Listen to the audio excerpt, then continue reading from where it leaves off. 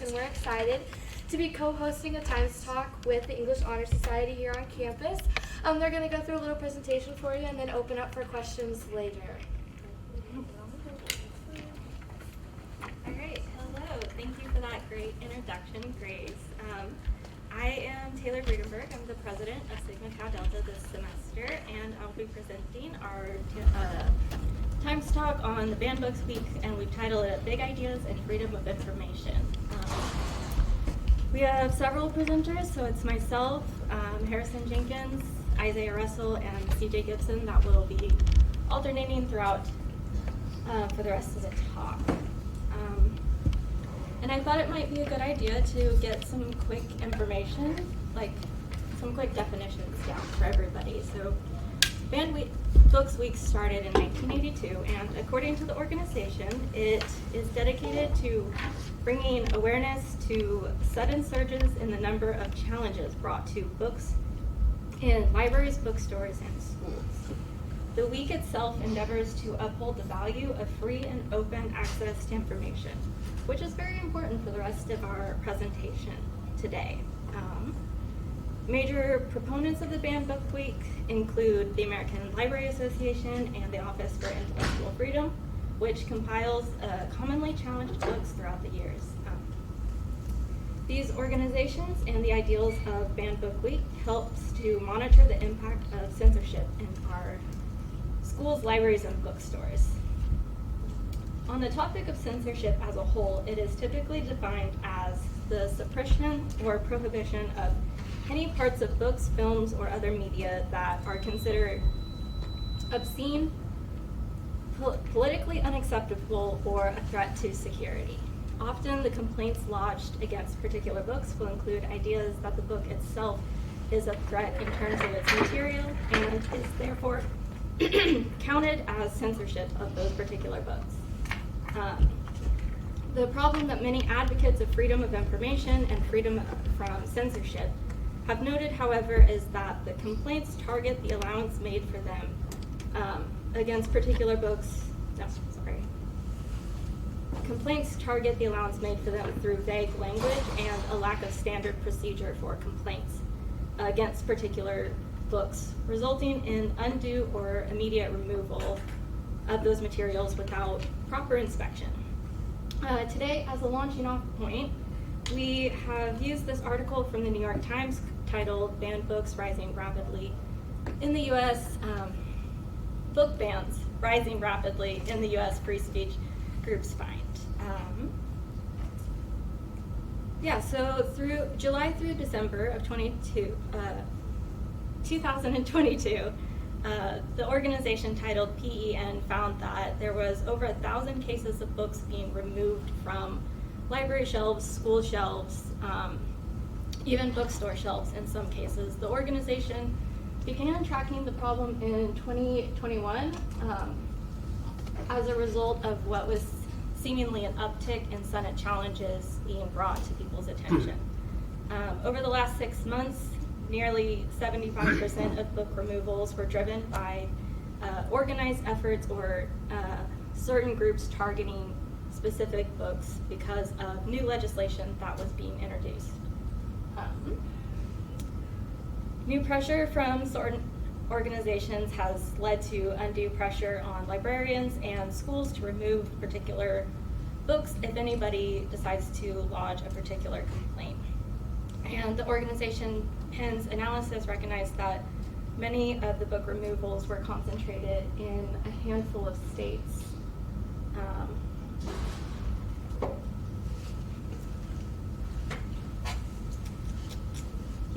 I know that I've mentioned the organization PEN a couple of times so far.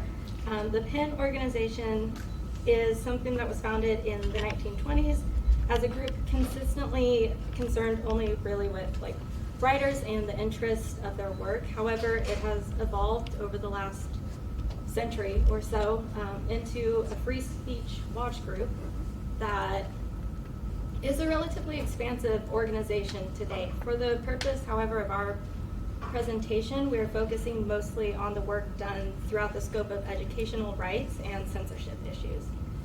Since the intake or uptick in complaints and challenges being levied against various books has been increasing in recent years. PEN America is one organization among many others that is recording these challenges to books and pushing back against the notions of intolerance, exclusion, and censorship that often underpins active challenges to these books. And as part of our next part of our presentation with our next presenter, our focus question is what types of book bans and what are the issues that we face in terms of the censored material because of that. Thank you, Taylor. When we talk about banned books, that can mean generally one of four separate types of bans. These categories have been defined by PEN America and were included in their report from the spring of this year that was released that announced that number of 1,477 cases of books being removed between, I believe it was the summer and then December of 2022, so just that half of the year, that big number. So generally there are four classifications of book bans that PEN America lists. The first is titles that are banned in libraries and in classrooms. These books are, by nature of being banned in both classrooms and libraries, are placed off limits physically to students in classroom libraries or like school libraries, and they are simultaneously barred from inclusion in curriculum developed by instructors. Bans in libraries alone do not necessarily ban books from being included in classroom curriculum. The PEN America list book titles banned in libraries as they include decisions to ban books from specific school level libraries, even if, like, let's say a book is banned in a middle school library but is moved over or is allowed to remain in a high school library in the same district. PEN America would classify that as a ban in library.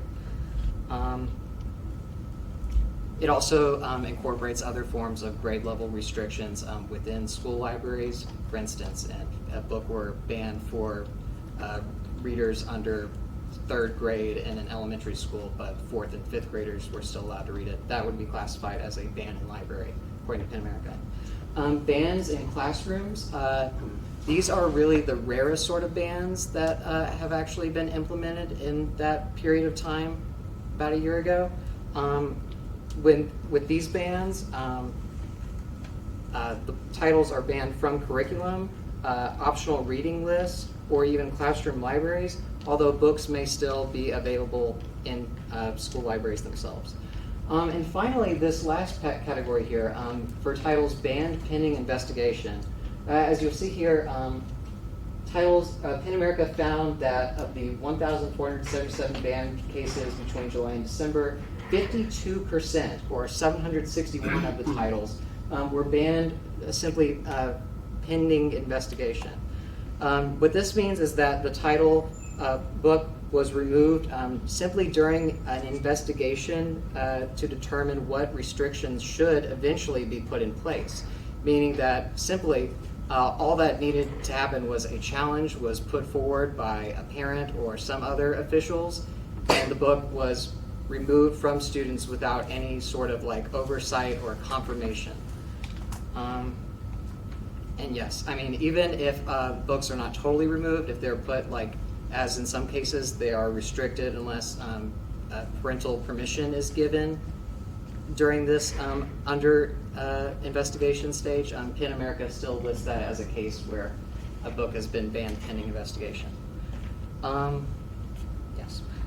So, however, that practice of removing books pending investigation goes against guidelines established by the American Library Association and the National Coalition Against Censorship. And recent guidelines released in a 2016 report, the American Library Association recommended that challenged materials should not be removed from the collection while under a reconsideration process or while they are under review by a committee. From the National Coalition Against Censorship, their strong recommendation is to keep the book in the classroom or library pending a final decision by a review committee. Ultimately, though, these guidelines have not been followed in the several states already mentioned in places such as Florida. And that kind of leads to a scenario where books are not getting quote-unquote due process, where there's no real standard of proof that is needing to be met for a challenge to be followed, and ultimately a book is restricted at least for an undetermined amount of time, potentially months, while officials are still reviewing the material, or they're already so busy they haven't gotten to review that material yet. So anyway, in one case in October 2022 in Beaufort, South Carolina, 97 books were immediately pulled from access pending review. Months later, in April of 2023, students were still organizing, as you can see here in this image, asking district officials when they can have their books back. Again, these books were simply challenged and placed under review. The review process had not been completed yet for these books, and yet they were restricted from students. An even more interesting case comes from Clay County, Florida.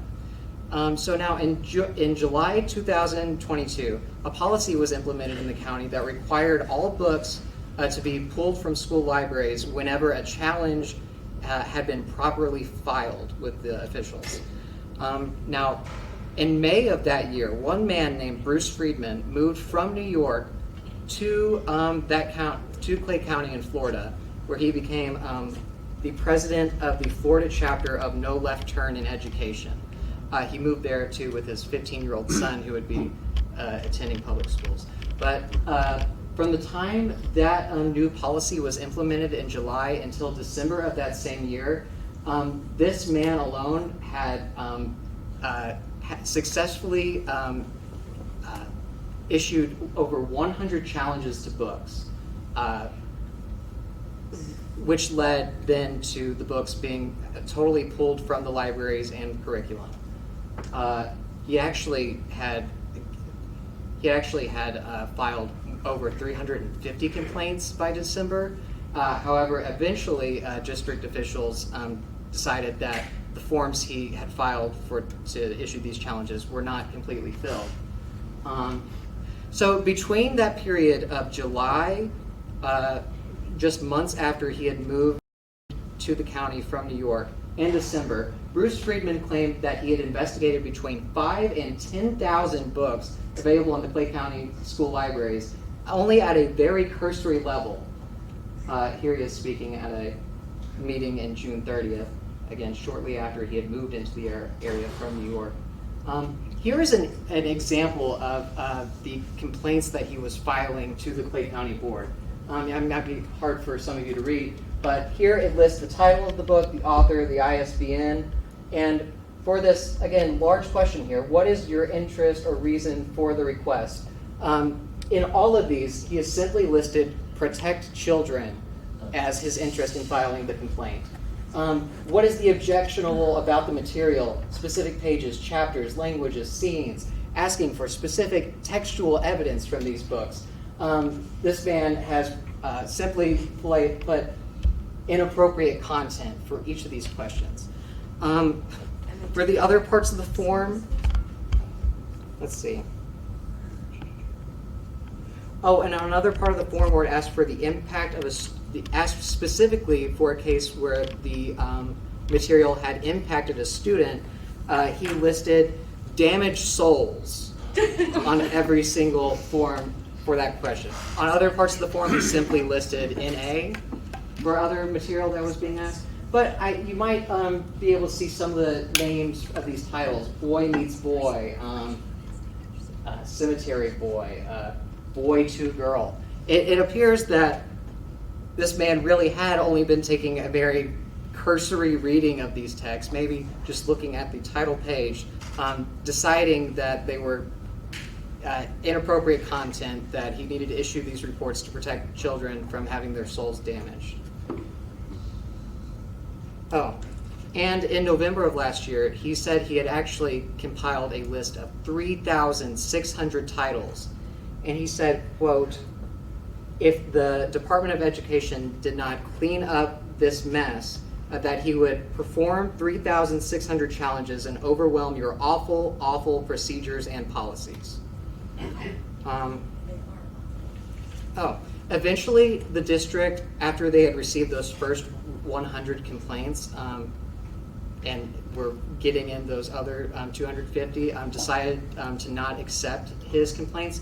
However, for those 100 titles that they had already removed, based off of the policy that had been implemented in July, there was no way for them to make those titles available again, even though they had decided not to acknowledge this man's other complaints. And in that entire time between July and December, when these 100 complaints had been filed, only 5 of the books had actually been reviewed by the district curriculum committee. And out of those, 4 were determined to be appropriate. So, I guess I can go ahead and leave this open to you now, Isaiah. Yeah, so I'm going to try to cover some of the legislation and statistics that go along with this increase in banned books, or kind of the push for it. So as you can see, this is a graph from PEN America showing the increase in requests for banned books in recent years. So 2022 saw a 21-year high for book ban requests with a 70% increase over 2021. And then also just in the number of books that are being challenged in 2022, 90% of them address multiple titles, and then of those, 40% sought to remove more than 100 books at once. So mentioned with kind of the more advocacy-based approach to banning books in recent years, there's more of a concerted effort to address certain books and put in requests for them to be taken off shelves. So that's kind of a recent development in the past few years. And then also some recent statistics with the specific banned books. So 30% of books banned included content pertaining to race and racism, and then 26% contained LGBTQ plus content. And then we have a chart here with the most banned books, and women and non-binary individuals make up 10 of the 11 authors in this list. So obviously, along with just the numerical rise in requests for banned books, there's also kind of a through line that you can see with the kind of books that are being trying to get banned. And as we will see with some of the specific legislation, a lot of the times it seems about taking away books coming from a certain perspective rather than the actual content. So just to bring it to our state, there is a piece of legislation that kind of falls into this category. It was introduced in February of this year, and it is still in committee right now being discussed. And it's pretty similar to a lot of the kind of general bills that were brought out in the past couple years. So it prohibits materials with offensive depictions of sexual conduct being presented or distributed to minors in library settings. But then also kind of with these bills, they do things with the language like specifying that sexual conduct includes any acts of homosexuality. So using kind of that specific language along with the more broad language that we will also see, it kind of makes it seem like a certain demographic is being targeted in terms of what is being addressed. I would just like to, on that last slide, interject too. Even when it does get as specific as acts of homosexuality, that description is intentionally vague. What qualifies as an act in this case? Would, for instance, just two people of the same gender holding hands be classified as an act of homosexuality?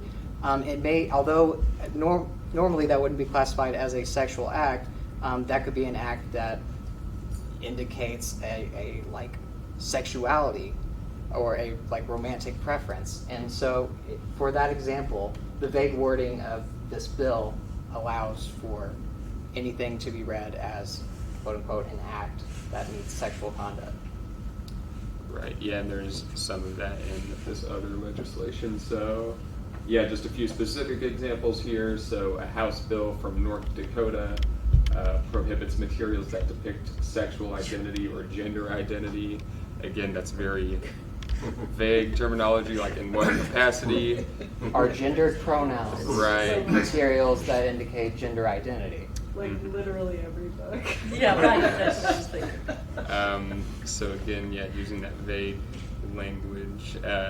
A Senate bill from Virginia proposed adding a parental advisory label to any book with sexually explicit material, which again, that's vague terminology. It can be implemented in a very subjective way depending on the librarian that has to, review these materials, what is considered sexually explicit in some books versus others. So would the Virginia bill there apply specifically to librarians, or would it be to publishers?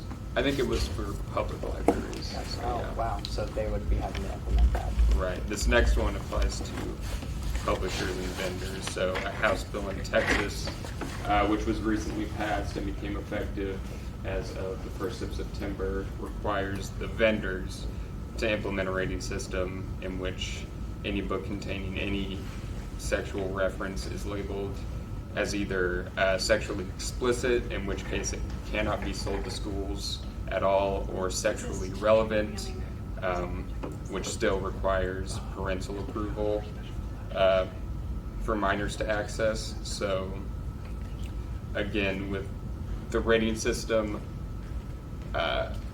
with these kind of bills, vendors might stray on the side of caution and then be more likely to label things as sexually explicit as to not get into any legal troubles.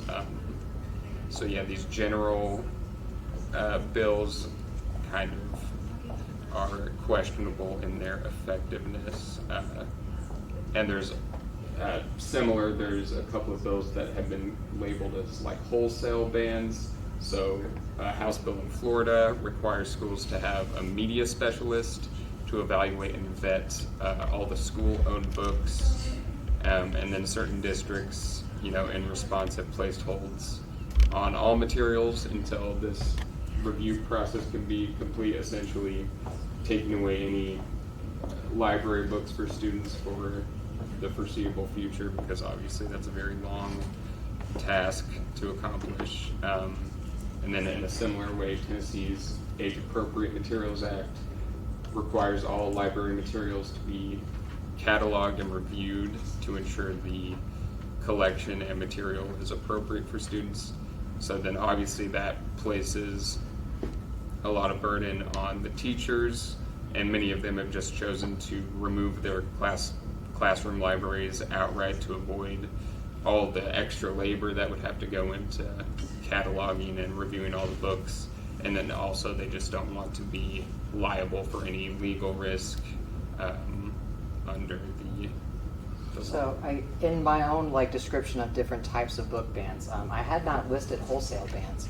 However, with where I discussed books being denied due process, I guess the whole American idea of innocent until proven guilty is really flipped on its head with even these types of bans, where in effect every book is assumed to be inappropriate and must be restricted from students unless an official or an administrator, like a special appointed, what was the name of that position? media specialist. Media specialist, thank Yep. you, has gone through and individually vetted every single book, which is obviously impractical, and we've all seen the headlines of schools just going without books for months at a time as a result of this legislation.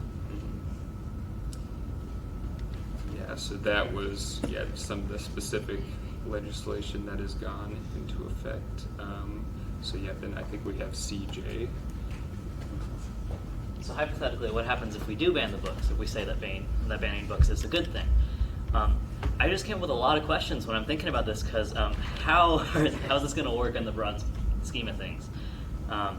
So particularly we want to get rid of all this gender ideology stuff and LGBTQ issues.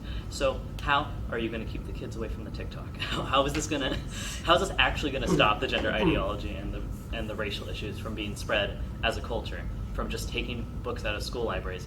Who actually reads in their school libraries? Like, what kind of media are you getting beyond these books? I don't think books are what we should be concerned with if we are trying to get rid of this information specifically. And none of us really looked into this because it wasn't in the Times talk, but what is this, how is this working in like China or countries that have already like implemented internet bans and book bans? How is this actually working? Is it actually having the effects that they're wanting to have? Is it keeping their kids pure or things like that? There's also a lot of books that they're not talking about that are problematic. Like, what about the many diet books that all these middle-aged white women are buying? A lot of other people are buying diet books too, but diet books are so problematic. Eating disorders are arguably more detrimental to children than obesity. That's a whole issue I'm not going to get into. But why are we not banning those books and we're focusing on people talking about race, people talking about LGBTQ issues? So hypothetically, we would have to ban all these books too. And then what books do we have left at the end of this whole banning thing? There's also a lot of books that are sold like airport sellers. Like I always recommend If Books Could Kill podcast, because it goes over books like Rich Dad Poor Dad, and not just diet books, but those kinds of books where they're just meant to be sold. They're not meant to actually benefit you. They're meant to have a weak argument that sells books. These are obviously effective, people are picking them up, but they're not necessarily good. Why are we not banning those books? And as Harrison kind of mentioned, what about if they hold hands in a heterosexual book? Like all the romance novels, are we going to get rid of Twilight? A lot of these bills specifically are for school libraries, and so how are you going to keep the kids from getting those same books at their public library? Are you going to extend to public libraries as well? Same issue with, are they just going to look it up online? Then are you going to have to implement a whole internet ban? Like, other than just making your kids Amish, like, what are you going to do? Like, yeah, and how many kids are actually, like, the majority of their information is what they're getting from their school library versus TikTok or anything else? Like, why is this a concern? And what kinds of people are you going to have to hire to keep track of this? Like, what would those job interviews even look like? Like, all right, what are your beliefs here? Are you going to be good at banning books? Like, who's going to be in charge of going through this? This is why you have all these delays regarding pending approval or pending ban, or because you don't have people in place in those positions. So you need to make whole legislation and whole positions for people to be in charge of policing books, and then you have to deal with their biases and all of that. So why are you worried about books? Especially because, I mean, there already exist positions like, the directors of these public libraries who have already presumably earned relevant degrees in their field, are really the experts in what material would be age appropriate for certain groups. And these are the voices that are being ignored as these various bills are being passed. Of course, teachers not being allowed to have the discretion to decide what material would be most appropriate for their curriculum that they are developing. That goes hand in hand with that. But no matter what you believe on what is appropriate, I just think that banning books is a waste of time because of all the layers you have to go through. If you're wanting to make a kind of impact that is through the kind of impact that censorship is wanting to make, banning books is the way to do it. And in most cases, it may not prevent your child from becoming, let's say, someone who identifies as LGBTQ, but it may prevent them from accessing materials that would allow them to understand their own experience, to get help to identify what they are experiencing. For instance, we see books that are banned that would help students and children identify when they've been a victim of harassment or assault. And yet, these books are often the ones that are being restricted for students. And are kids going to read that book if they're not in that situation? That's the thing. Like, people read what they're interested in. And so if someone is already having questions that they're going to go seek out answers elsewhere, turning to a book isn't the worst thing.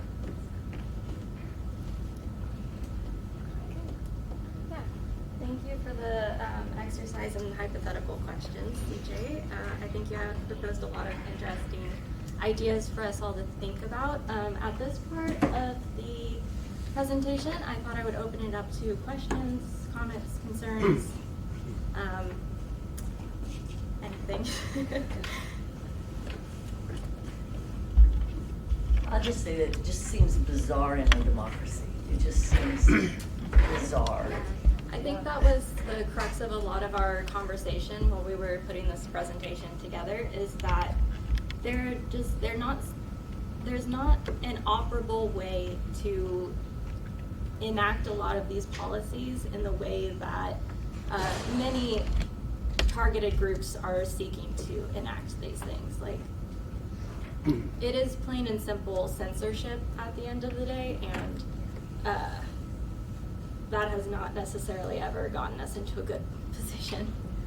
And even a lot of policies meant to, as I listed the banned pending investigation category of banned books, which make up the largest percentage of banned books that have happened recently. It's a case where policies have been put in place somewhat with the mind to take a middle-of-the-road approach that allows for challenges to be considered, to be heard. However, for an officials to come in and actually evaluate whether the material is appropriate, not relying purely off of whoever in the public may have a complaint. But in effect, this leads to bannings nonetheless, because if, say, an individual like the one I referred to earlier decides to ban hundreds of books at a time, and the policy in place only makes it possible for the committees in charge of reviewing those books to maybe review one book a month, depending on how frequently they meet. In effect, hundreds of books are being stripped away from students' access all at once, and policies meant to open up the decision of what books should be allowed to everyone in the public have in effect allowed for very vocal minorities to strip access to different kinds of stories away from entire districts full of students. At the very least, it's scaring the publishers away from wanting to publish these kinds of books that they're banning, because they're not going to sell them for school libraries. But honestly, how many of you have read a banned book just because it's banned? So I don't know if that's going to be worth it. Sure. Yeah, well, I mean, the figures for when Mouse was banned in that one school or that one district in Tennessee, it became the best-selling graphic novel on Amazon for a period of several months again. So, in effect, that is interesting how it kind of promotes that. However, it is, as you were listing the legislation attempts, that they're not all being directed simply at librarians, but also at publishers themselves having to meet certain standards in order for their books even to be sold to school districts. I mean, what we're seeing here is really a multi-pronged approach to make all books more difficult to access for students.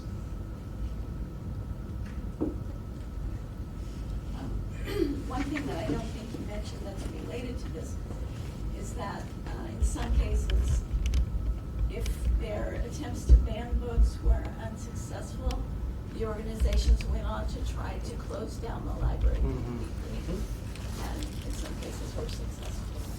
Yes, wasn't there a county in Missouri that recently their public library was forced to close? Was it that the county had decided to refuse to actually provide the library with funding because they had not gone through with the ban? Well, there was an attempt to do that in Kansas and Muncie County as well. Oh, wow. Yeah, in Montana and Wyoming. I wonder too, I mean, this is a huge area of concern. I also see this as sort of serving, these book banning campaigns as serving multiple ends. It's about removing books, but I mean, to what extent is it also about, creating a sense of anxiety, influencing voters? There's a great, sort of subversive conspiracy out there. Publishers, schools, teachers are out to get you. I mean, I think it also, underwrites attacks on public education generally. the pressure for charter schools, for opting out, for homeschooling. It's just, school is not a safe place. I mean, the quintessential safe place is not safe. The man from Clay County, or who moved to Clay County a few months before he had his own individual efforts, speaking about his 15-year-old son, he said, did I write down the quote? Anyway, he said, I swear I had written it down, unfortunate. That he wanted his 15-year-old son to be in the public school system and come home unharmed. This after moving to a state which had a very recent, very publicized tragedy involving a school shooting within the last several years. And he's worried about his 15-year-old son coming home harmed by books in the library that he clearly has not been asked to read by an instructor. He moved to the county in May and was issuing these complaints in July. He was not responding to instances in which people had come to him and expressed that their children had been harmed by certain books. It appears that individuals like him in various communities across America have simply looked at the list of books available, checked them with some other list that has been made available to them of objectionable books, and have simply been able to issue these complaints en masse. I believe one of the figures we cited earlier brought up how, Go back to the image. yeah, it's one of the charts, I think the one before this, or no, before this. Oh, gosh, maybe it wasn't in the final presentation. It's on the charts. Was it? The books that Oh. are listed. Yes, that too, but it's the amount of banned out of those 1,477 books. A great portion of those are coming from counties or communities where it's almost like 100 books being challenged all at once by one group or individual. In effect, making whole sections of libraries restricted for students in the district. At the end of the day, you're just going to polarize the parties more. Yes. Yeah. Deliberately.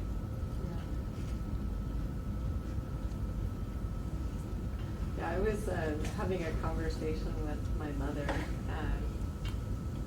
We have some interesting conversations.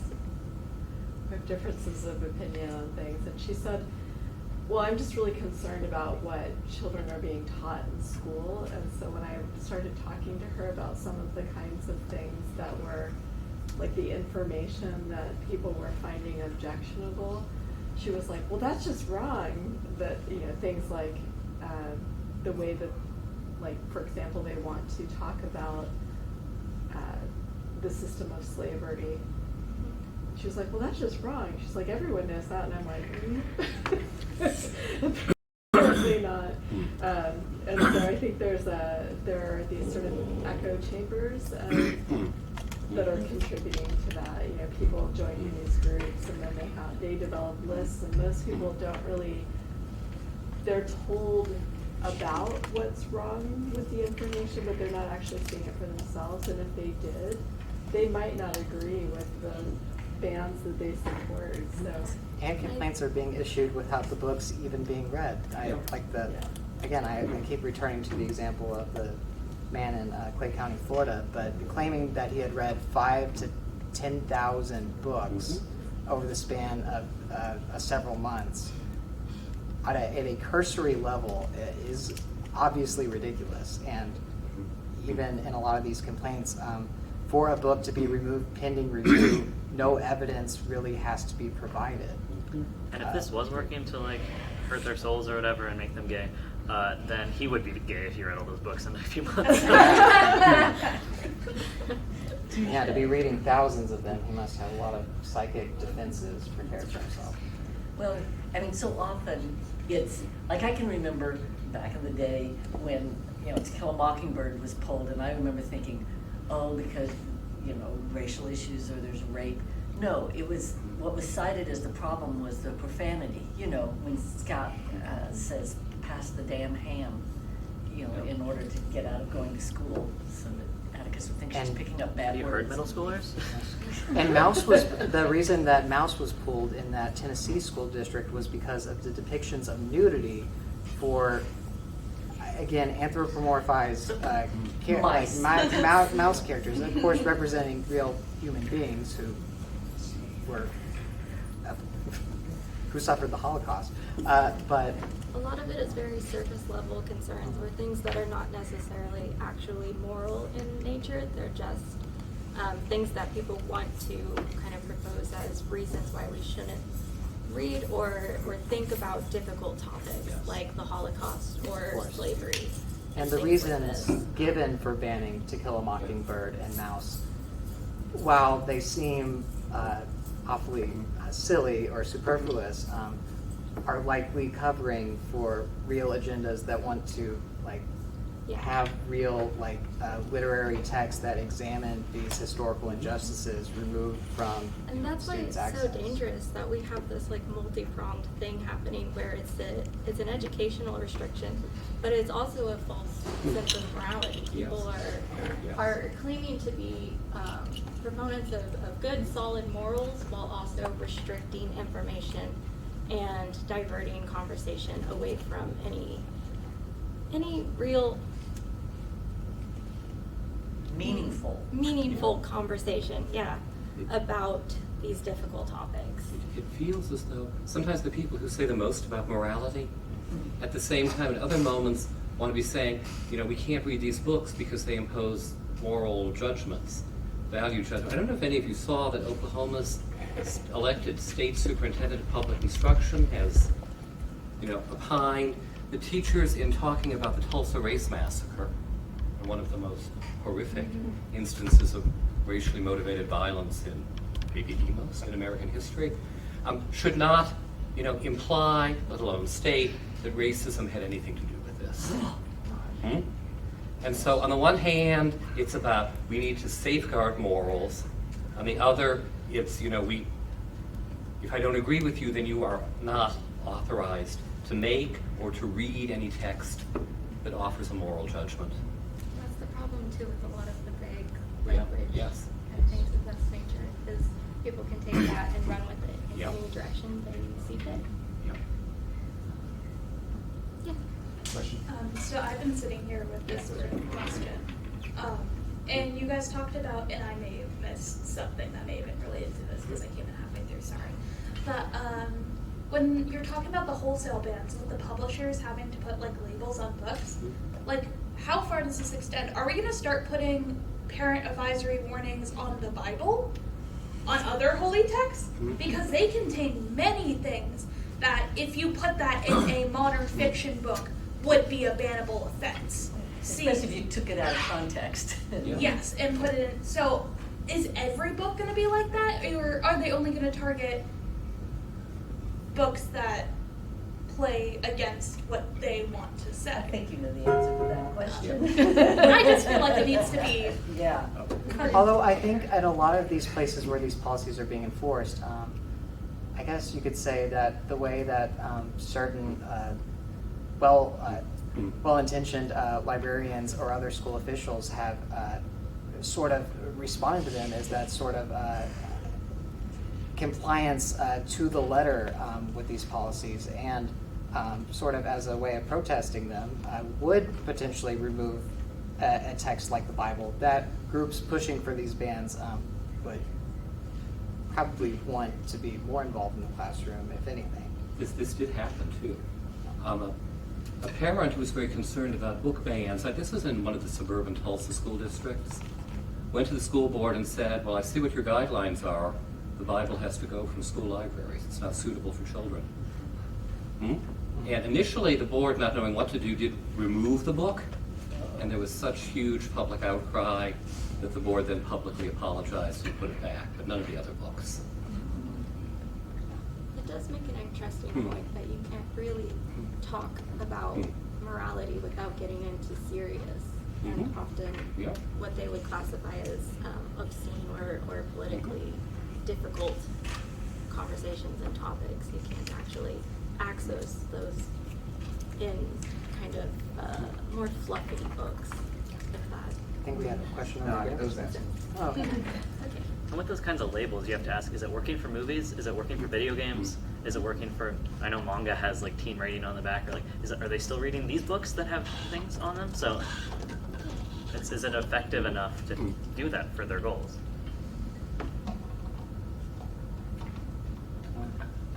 I was thinking when you had your questions up there, CJ, about the, how are they going to protect people from these other avenues of information? And, well, I had two thoughts, but one of them was that there are states that are trying to prevent people under a certain age from using social media. So I don't know how that's going to work. But the other thing that I was thinking about was, the description of that kind of control of the internet and so on. It seems like we have a couple of really good examples of that in the world, right? I think China and Russia are both quite effective at suppressing outside sources of information. At least when you consider the social media ban for children, how's that going to affect them when they're no longer children? Like, honestly, as someone who grew up with the internet for most of my life, I feel like I developed skills in learning how to manage technology addiction that if you don't develop those skills, then you're not going to be able to cope with all of the many psychological features that are included to get you addicted to your devices. I think that ties in too with texts such as To Kill a Mockingbird being banned in certain cases, or when books are banned for including racial violence or other similar inflammatory topics. Efforts to have those books banned kind of miss the point of why they would be included in the curriculum to kind of critically assess how texts are engaging with those topics. And when you are banning books with any of those topics, you are removing an ability for students to gain a literacy that would help them when they engage similar topics in other forms of media that can't be as limited by these sorts of legislation, even though efforts are being made. So It's beyond critical race theory, it's critical theory. It's Yes. do you want them to think critically, or do you want them to think the way that you've defined? I think what you're describing as a bug, the banners see as a feature, though, right? I mean, they don't want people to be able to cope with those and to just be afraid when those kinds of situations come up. Or to listen to continue listening to someone telling them, don't engage with this medium or this text or this issue or these people. And that, I mean, that's part of what makes these efforts fundamentally undemocratic. It is removing the ability to make discourse. It is not encouraging it. Or the ability to choose for yourself Of course, what yeah. you will read or won't read. Please join me in a round of applause for our presenters. Thank you all for being here. I want to encourage you, there are multiple banned book week events going on around campus today. I would encourage you to get plugged in those, share the words, to share events to your friends. It's really important that we have these conversations on campus, and I'm glad that you guys are allowed to shed light on that. So Thank you for inviting us. And thank you all. Bookmobile, I believe, is out back now with a mystery book, banned book mystery books thing. And done now. buttons. Like the band book. There you go. Buttons and mystery books out there awaiting